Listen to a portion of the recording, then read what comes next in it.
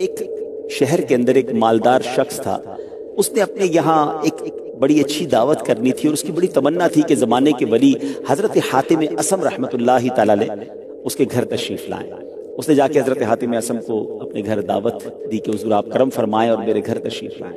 تو حضرت نے پہلے تو انکار کیا، اس نے کافی ضد کی، تو کہا کہ ٹھیک ہے میں اگر آؤں گا تو میری 3 شرطیں ہوں گی۔ کہا حضور وہ شرطیں کیا ہوں؟ پہلی شرط تو یہ ہوگی کہ میں جہاں چاہوں گا وہاں بیٹھوں۔ عرض کی حضور دوسری شرط یہ ہوگی کہ جو چاہوں گا وہ کھاؤں گا، اور تیسری شرط یہ ہوگی کہ جو کہوں گا وہ کرنا ہوگا۔ تو بہرحال دعوت کا وقت ہوا، شہر والوں کو دعوت دے دی گئی کہ زمانے کے ولی میرے گھر آ رہے ہیں۔ اب کمال یہ ہوا کہ جب حضرت سیدنا حاتم اصم رحمۃ اللہ تعالی گھر تشریف لائے تو جہاں لوگ اندر موجود تھے باہر چپل پڑے ہوئے تھے، تو انہوں نے جا کر وہیں وہ تشریف فرما ہو گئے، چپل کے پاس ہی بیٹھ گئے۔ کہا حضرت آپ کے لیے دعوت سجائی ہے، سارے مہمان آپ کا دیدار کرنے آئے ہیں، اندر آپ کے لیے بیٹھنے کا انتظام بھی ہے۔ فرمایا میں نے کہا تھا کہ جہاں چاہوں گا وہاں بیٹھوں گا۔ اب کھانے کا وقت ہوا، کہا حضور اندر چلیے، طرح طرح کے کھانے موجود ہیں، جو پسند فرمائے وہ کھائیے گا۔ تو آپ نے اپنی جھولی سے ایک سوکھی روٹی کا ٹکڑا نکالا اور وہ آپ کھانے لگے۔ بڑا حیران ہوا کہ حضور میں نے تو سارا انتظام کیا آپ کے لیے۔ فرمایا میری دوسری شرط تھی کہ جو چاہوں گا وہ کھاؤں گا۔ کچھ نہ کر سکا۔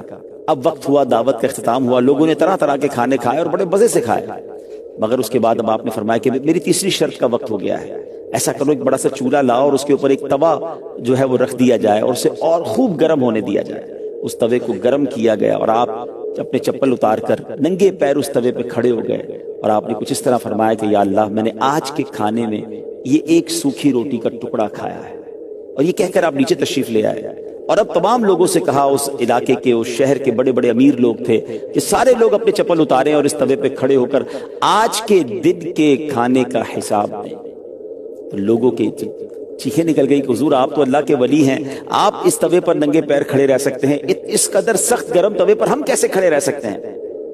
تو پھر آپ نے جو چند منٹ یہ چند جملوں میں جو بیان فرمایا وہ بڑا جس کو کہیں کہ دل ہلا دینے والا اور سبق آموز تھا، کہ آپ نے فرمایا کہ اے لوگوں آج ایک وقت کے کھانے کا حساب تم اس توے پر کھڑے ہو کر نہیں دے سکتے، کل بروز قیامت تمہارے پاس وہ کون سی کرامت آ جائے گی جب سورج 1.25 میل پر ہوگا، زمین تانبے کی ہوگی، اور اس پر کھڑے ہو کر تمہیں ایک وقت کے کھانے کا نہیں بلکہ پوری زندگی کا حساب دینا ہوگا، ساری زندگی کے اعمال کا حساب دینا ہوگا۔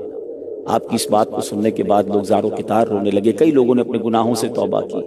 تو میرے پیارے اسلامی بھائیوں، اللہ والے ان کا انداز کیسا ہوتا تھا اور کس قدر سبق آموز وہ بات کیا کرتے تھے۔ اگر آج بھی ہم بھی سوچیں تو زندگی میں اس قدر مگن ہیں کہ ایسا لگتا ہے اپنی آخرت کو ہم بھلا بیٹھے ہیں۔ ہم شاید یہ سوچنا چھوڑ دیا ہے کہ دنیا میں تو ہم اپنے اکاؤنٹس کا حساب کرتے ہیں، کچھ لوگوں کی جون جولائی میں کلوزنگ ہوتی ہے وہ اس میں بیزی نظر آتے ہیں، کچھ کی دسمبر میں کلوزنگ ہوتی ہے تو وہ اس میں اپنے حساب کتاب میں بیزی نظر آتے ہیں کہ سال بھر کا حساب دینا ہے، ٹیکس کا حساب دینا ہے، اسٹاک کا حساب دینا ہے۔ مگر کبھی اکیلے میں بیٹھ کے یہ سوچا کہ ہم سب کو مرنے کے بعد اپنی پوری زندگی کا بھی کہیں حساب دینا ہے۔